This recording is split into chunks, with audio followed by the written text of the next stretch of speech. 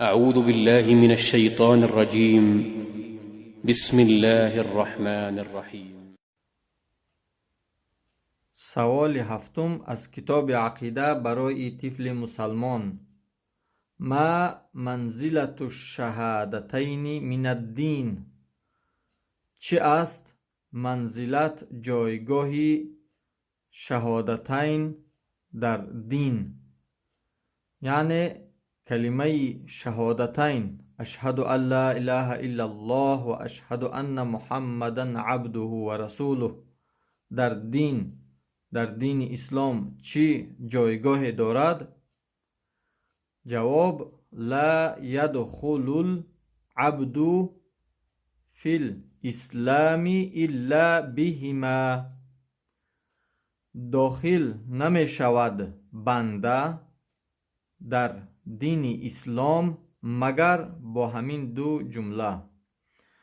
یعنی بنده در دین اسلام فقط می تواند با گفتن اشهد ان لا اله الا الله و اشهد ان محمدا عبده و رسوله در دین اسلام داخل شود.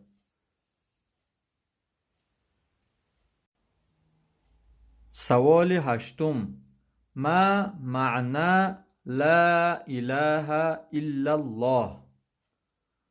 چی است معنای لا اله الا الله؟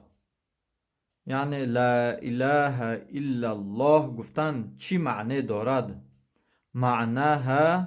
معنایش لا معبود بحق الا الله، یعنی نیست معبود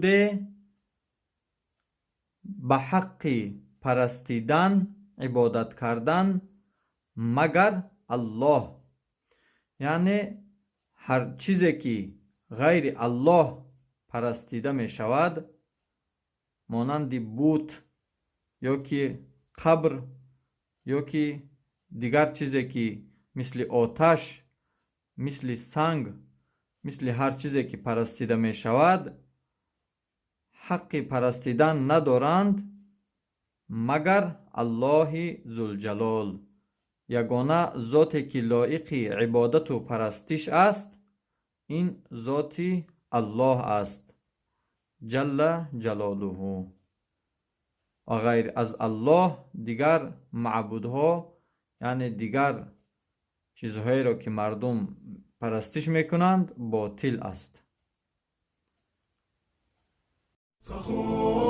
فخور بإسلامي فمنه ارتويت أنا الظامي.